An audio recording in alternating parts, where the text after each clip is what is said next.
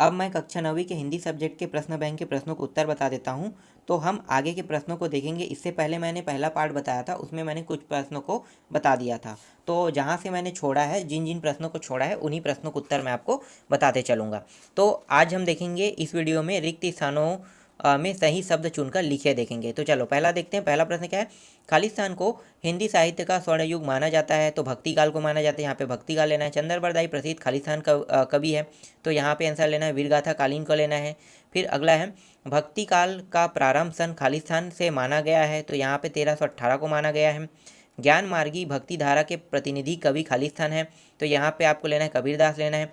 मलिक मोहम्मद जैसी का खालिस्तान बहुत प्रसिद्ध महाकाव्य है, तो यहाँ पे लेना है पद्मावत लेना है। खालिस्तान ने वात्सल्य का कोना कोना झांका है, तो यहाँ पे आपको लेना है सूरदास लेना है। मलिक मोहम्मद जैसी खालिस्तान काव्यधारा के प्रमुख कवि हैं, तो यहाँ पे आंसर लेना है प्रेम मार्गी। इसके बाद अगला है प्रगतिवादी कविता खालिस्तान के समाजवाद से प्रभावित है, तो यहाँ पे कार्ल मार्क्स लेना है। छायावादी कविता की प्रमुख विशेषताएं खालिस्तान है, तो यहाँ पे आंसर लेना है अलंकारों की प्रधानता लेना है। नई कविता की प्रमुख विशेषता खालिस्तान है, तो अनुभव प्रधान है।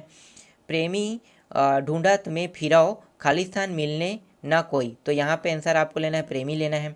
मानुस हो तो वही रस खानी बसाओ खालिस्तान गांव के ग्वारान, तो यहाँ पे आंसर लेना है ब्रज गोकुल लेना है। कैदी और कोयल दोनों ही खालिस्तान देश की वासी है, तो यहाँ पे आंसर लेना है गुलाम लेना है। इसके बाद है मखमली पेटियों सी लटकी छिमिया छिमिया, हाँ ठीक है, छिमिया खालिस्तान बीज लड़ी, तो यहाँ पे छिपाए लेना है। कवि ने लता का मानवीकरण खालिस्तान के रूप में किया है, तो यहाँ पे नव विवाहिता के रूप में किया है, यहाँ पे लेना है। इसके बाद देख लेते हैं प्रश्नों का उत्तर देख लेते हैं। तो इससे पहले वाले वीडियो में मैंने कुछ प्रश्नों का उत्तर मैंने बताया था, तो आगे से हम देखेंगे। तो 16वां प्रश्न है, तीसरे दोहे में कवि ने किस प्रकार के ज्ञान का महत्व दिया था, तो यहाँ पे आंसर क्या लेना है? तो यहाँ पे आंसर लेना है तीसरे दोहे में कवि ने अनुभव से प्राप्त ज्ञान को महत्व दिया था। वह ज्ञान जो सहजता से सुलभ हो, हमें उसी ज्ञान की साधना करनी चाहिए, इसका आंसर है। इसके बाद नेक्स्ट प्रश्न है। अगला प्रश्न क्या है? अगला प्रश्न, इस संसार में सच्चा संत कौन कहलाता है? तो सच्चा संत कौन कहलाता है? तो यहाँ पे आंसर आपको लेना है कबीर के अनुसार सच्चा संत वही कहलाता है जो सांप्रदायिक भेदभाव, सांसारिक मोह माया से दूर सभी स्थितियों में समभाव, सुख दुख, लाभ हानि, उच्च नीच, अच्छा बुरा तथा निष्पक्ष भाव से ईश्वर की आराधना करता है। ये इसका आंसर होगा। इसके बाद अगला प्रश्न है, ईश्वर मनुष्य को कहाँ कहाँ ढूंढता है? तो ये प्रश्न गलती है। मनुष्य ईश्वर को कहाँ कहाँ ढूंढता है लिखना होना था ना, तो यहाँ पे उन्होंने गलती कर दिया है, ठीक है, इसे सुधार लेना। चलो मैं बताता हूँ। मनुष्य ईश्वर को देवालय, मस्जिद, काबा और कैलाश में ढूंढता है, ये इसका आंसर रहेगा। इसके बाद अगला प्रश्न, कबीर ने ईश्वर प्राप्ति के लिए किन प्रचलित विश्वासों का खंडन किया है? तो यहाँ पे आंसर क्या लेना है? तो यहाँ पे आंसर लेना है कबीर ने ईश्वर प्राप्ति के प्रचलित विश्वासों का खंडन किया है। उनके अनुसार ईश्वर न मंदिर में है, न मस्जिद में है, न काबा में है, न कैलाश आदि तीर्थ यात्रा में, वह न कर्म करने में मिलता है और न योग साधना में, न वैरागी बनने से। ये सब ऊपरी दिखावा है, ढोंग है। इनमें मन लगाना व्यर्थ है। कबीर ने आडंबर युक्त भक्ति करके ईश्वर प्राप्ति की इच्छा करना, इन सभी प्रचलित मान्यताओं का खंडन किया है, तो ये इसका आंसर है। अगला प्रश्न देखते हैं। ब्रजभूमि के प्रति कवि का प्रेम किन किन रूपों में अभिव्यक्त हुआ है? तो इसका आंसर क्या लिखना है? तो देखो इसका आंसर आप देख सकते हो, ठीक है। तो किन किन रूपों में अभिव्यक्त हुआ है, तो यहाँ पे थोड़ा सा बड़ा आंसर है, आप लोग इसे पढ़ के देख लेना, ठीक है। ये सभी इसका आंसर है। इसके बाद अगला प्रश्न देखते हैं। अगला प्रश्न क्या है?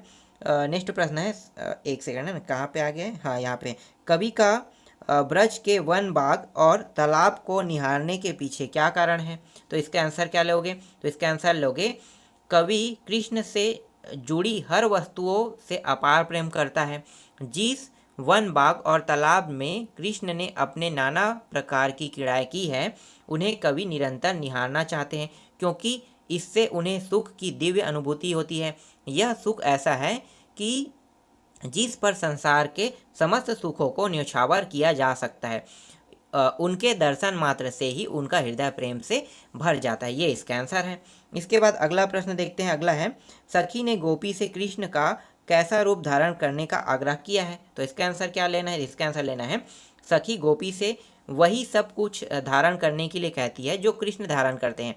सखी ने गोपी से आग्रह किया था कि वह कृष्ण के समान सर पर मोरपंखी का मुकुट धारण कर ले, गले में गुंजों की माला पहन ले, तन पर पीले वस्त्र पहने, हाथों में लाठी थामे और पशुओं के संग विचरण करे। ये इसका आंसर होगा।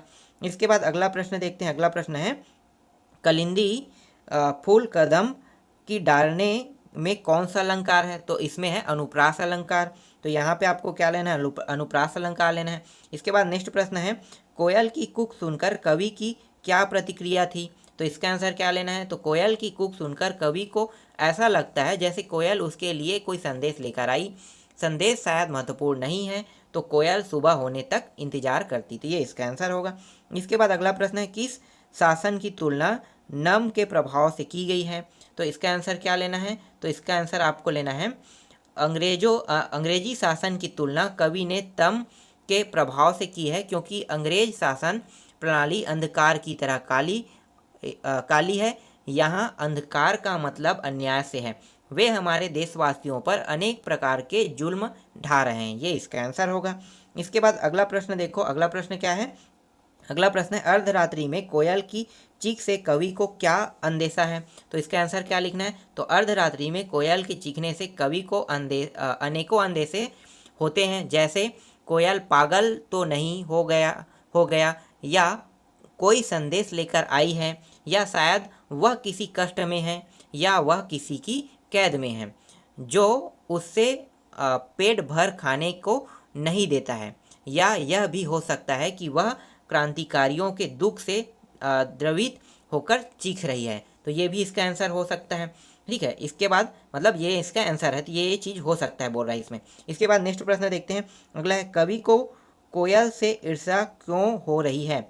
तो यहाँ पे देखो क्यों ऐसा हो रही है। तो यहाँ पे आपको लिखना है, वह आकाश में स्वतंत्रता से उड़ान भर रही है और कवि का जीवन जेल की काल कोठरी के अंधकार में बंद है। कोयल गाकर अपने आनंद को प्रकट कर सकती है, पर कवि के लिए तो रोना भी एक बड़ा गुनाह है जिसकी उससे सजा मिल सकती है। तो ये इसका आंसर है।